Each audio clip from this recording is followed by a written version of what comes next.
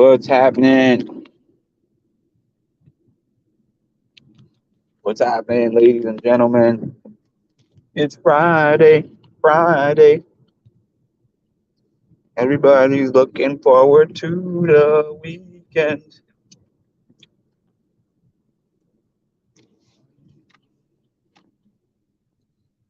It's Friday.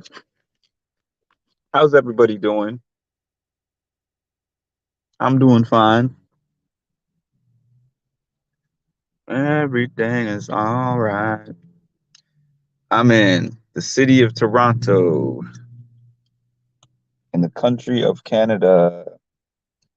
I had this trip planned for a while. I marked it on my calendar. We have Memorial Day weekend in America. And so I said, okay, this is my opportunity because we only get so few days off per year. So I'm like, let me take a trip around those days off because sometimes when you don't travel or do something, it feels like those days just go by.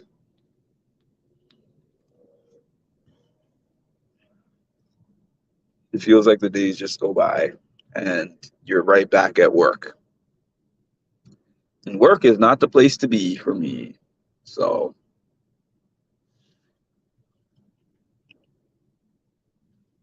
but I hope everybody's week has been good. I've been having an interesting couple of weeks. I've been back at work, but I've had so many different days off.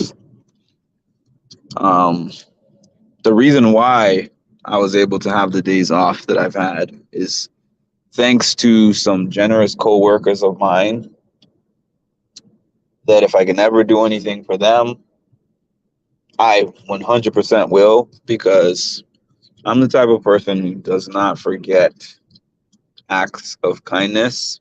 And,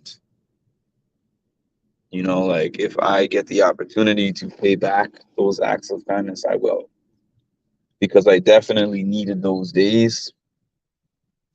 And the company did not provide what I needed, but my friends did. So I'm very grateful. Um, as for this time in Canada, it is going to be split between one of my old high school buddies and I'm going to be spending some time at my old school that I grew up in and went to. It's actually their alumni weekend. I did not graduate from that school, but I still plan to participate in alumni weekend activities. And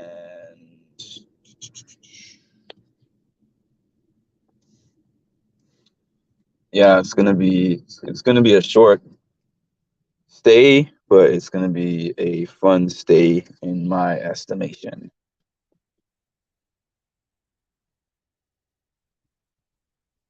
And then on Sunday, I'm gonna go see my grandmother, who I haven't seen in about 6 or 7 months. I always love coming back here. I see the potential for myself one day coming back here. I don't know when, but we'll see how life shakes out. Like I'm in a position and a place right now where there's a lot of different options in my life, a lot of choices to make, and the choices are mostly going to be related to my long-term happiness, what makes me happy and what makes me feel good. Because over the last several months of my life, that has not necessarily been my priority. It wasn't my choice. I mean, it was my choice, but it wasn't my choice at the same time. Because I made being there for my family a priority. I made being there for my dad a priority, as I should have. But now, it's time to figure out what's going to be done about the rest of my life. Because, I mean, you never know how things shake out, but I'm always a person to say you got to prepare as if you're going to be 100 years old. And I got to think to myself at 35, if I live to be 100, I got many, many, many, many, many years to go. And I don't plan to spend those years feeling unhappy. Happiness is a top priority in my life right now. I can't say that I'm feeling a ton of it, but I can say that I am squeezing as much juice out of the orange as I can. I'm doing things that make me happy, and I'm feeling happy in moments, in spurts. And that's the best that I can do right now. But I refuse to put myself and keep myself in positions that don't make me happy. And that's just that. I think that a lot of us become accustomed to doing things according to what other people think is the best thing to do, or going places where other people think that we should go, choosing a career that other people think that we should be doing. But it's like, why? Why are we doing that? What do we gain or benefit from that?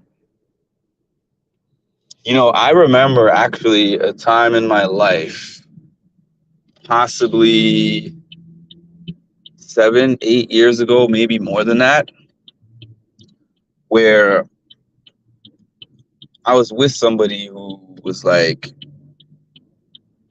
you can be with me if you do A, B, C, D, E, F, G. And I did all of those things that were required of me from her. And I'm like, great, I got her. And then one day she was like, you're still not good enough. And I was like, well, I changed everything about myself as an individual. I changed my hobbies. I changed my activities that I like to do, changed my whole lifestyle, wore different clothes, did everything different. And then had that same person who told me I have to change all those things to be accepted tell me, like, now you're not good enough. And then when I was by myself again, I'm like, well, now who am I? And why did I spend all my time doing those things? And I think really that was kind of somewhat of a turning point in my life, because now I'm like, nobody can change me.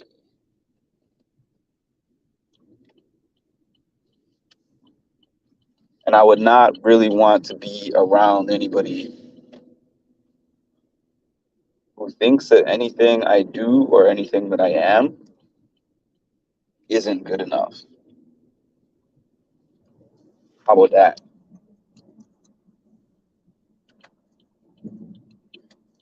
Like, if you're around somebody who is telling you that what you are and what you provide and what you bring to the table is not good enough, then they're not good enough for you. You set the table and you decide who sits at that table.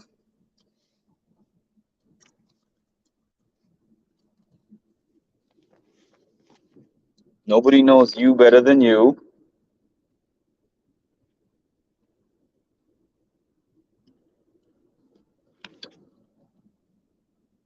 Nobody is going to make better decisions about what is best for you than you. Be sure of yourself. Be confident. in your decision making. Like that has become, I want to say that has become a staple of my life.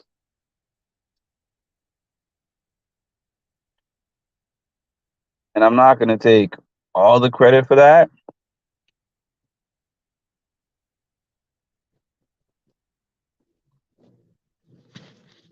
I'm not going to take all the credit for that because I've had a lot of people in my life that have served as mentors. I had a life coach. I talk with my personal trainer quite a bit. I've had some family, my grandmother, I've had people that have definitely talked to me over the years and instilled that confidence in me. But it was also something that is innate. Not everybody has that in them. I'm gonna rephrase that. I shouldn't say not everybody has that in them. We all have the ability to be confident enough in who we are and the path that we go down in life to stay the course, to stay on that path and know that you're making the best decision for you always, regardless of what people might think of your decision making.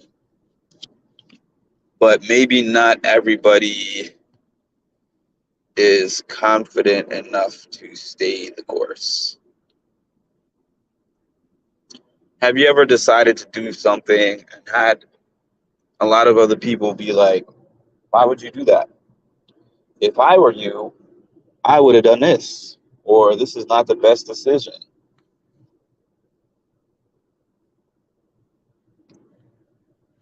I've had that happen many times in life. And it really used to bother me. And I used to spend a lot of time seeking validation from others. And then I realized if you're doing something to please others, even if you succeed at that thing, will you be happy with what you're doing? And the answer is no. Even if you're doing something that was a suggestion by somebody else, you have to want it somewhat. You have to want to do that thing somewhat to feel happy about what you're doing, to feel good about what you're doing. We were not given a life to follow the beaten path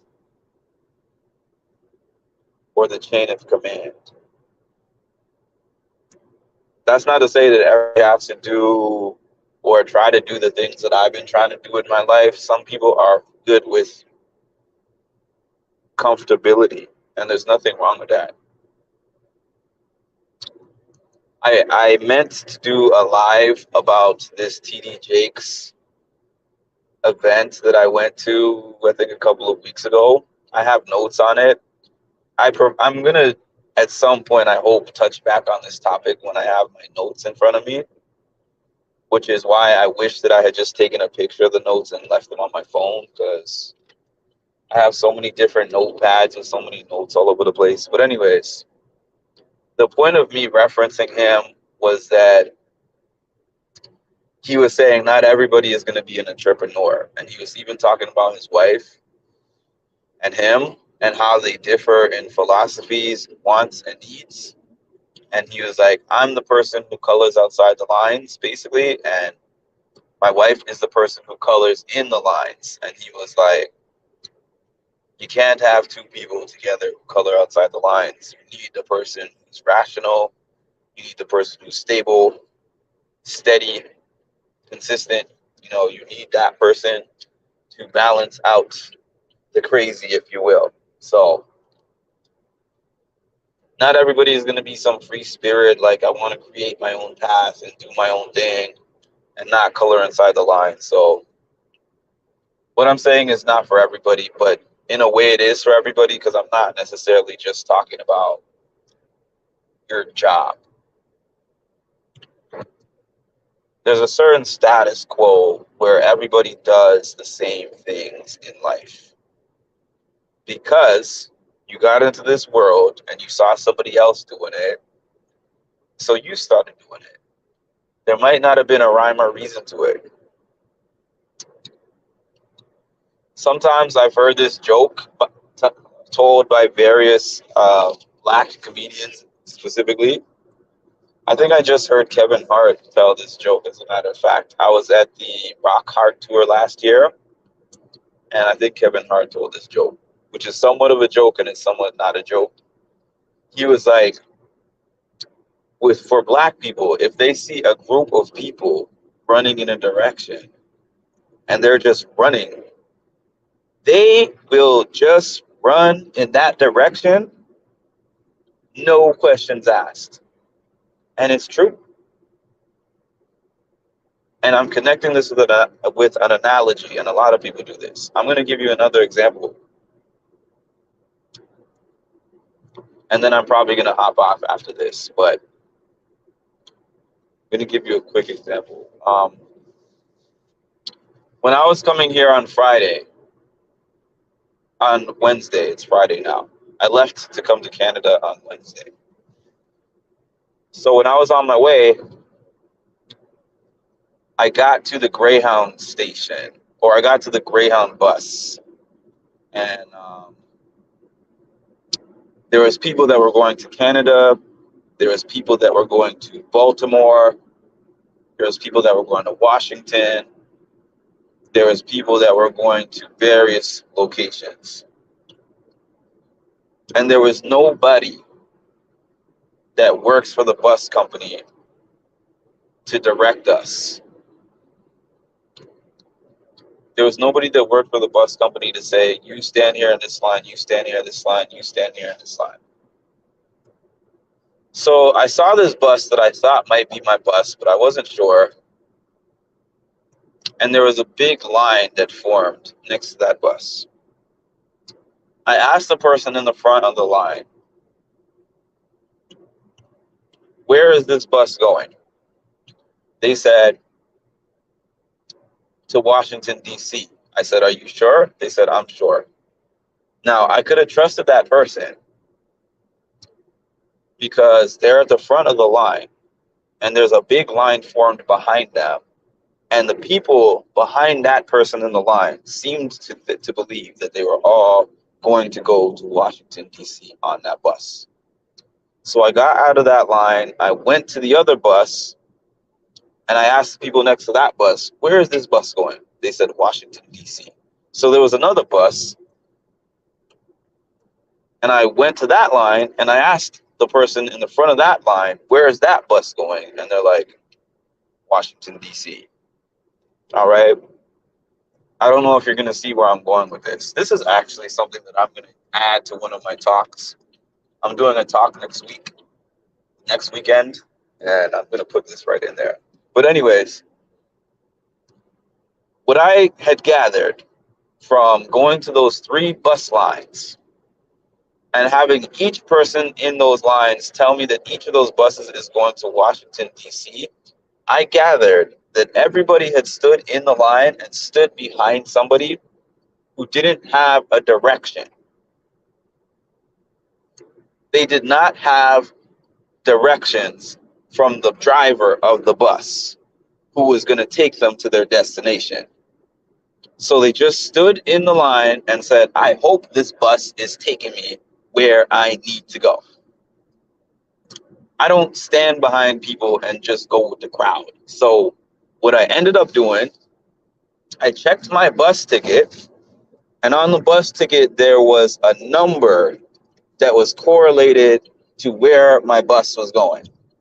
So I looked at the number, and then I checked each bus until I found the bus number that was correlating to where I was going.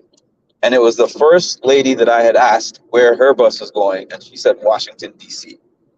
So I walked up to her and I said, excuse me, ma'am, this bus is going to Canada. And she was like, are you sure? How do you know that? So I showed her my ticket, I was like, the bus to Canada, it shows on the ticket, has this corresponding number to it. This. And look at the front of this bus that you're standing in front of. It also has this corresponding number. I said, so this bus is going to Canada. And she was like, oh, shoot. So this bus is going to Canada. So I wonder which bus is going to Washington. And then the person behind her said, excuse me, so this bus is going to Canada? I thought it was going to Washington. And then somebody behind that guy heard that. And I'm telling you, 95% of the people in that line stood there assuming that that bus was going to Washington because the person who stood in the front of the line said it's going to Washington. They all left the line. And they all said, where's the Washington bus then? Where's the bus to Washington? I'm like, I don't know. My job is done. I was just trying to figure out where I was going. Like, I'm not trying to do this for y'all, but you're welcome for moving y'all from standing in a line and waiting for a bus that's not going to the destination you thought it was going to. So how I'm wrapping and tying that all up. Know where you're going. Be sure of where you're going. Don't ask people for directions that don't know where they're going, because some people will try to give you directions and never having been where you're trying to go. But they'll mask themselves as leaders. I'm standing in the front of the line. So automatically, because I'm in the front of the line, what's that mean? That means that I know where I'm going. I'm sure of what I'm doing, right? Wrong. Question everybody, even the leader. Just because somebody is leading you, even if it was the bus driver themselves, even if the person is driving the bus driver can get it wrong. Always ask questions. Never follow anything along blindly. We're all human at the end of the day. Sometimes people make mistakes. Sometimes even the most experienced driver gets lost. But never just blindly do what the crowd is doing. Because sometimes the crowd doesn't even know what it's doing. Sometimes they're moving just to move. Sometimes they're running in a direction because other people are running in that direction. And we assume that if a lot of people are going in a direction, that means that that direction is right. Remember, there's a lot of sheep. There's not a lot of wolves. Sheep's go in herds to the slaughter sometimes. Wolves don't. Don't be a sheep.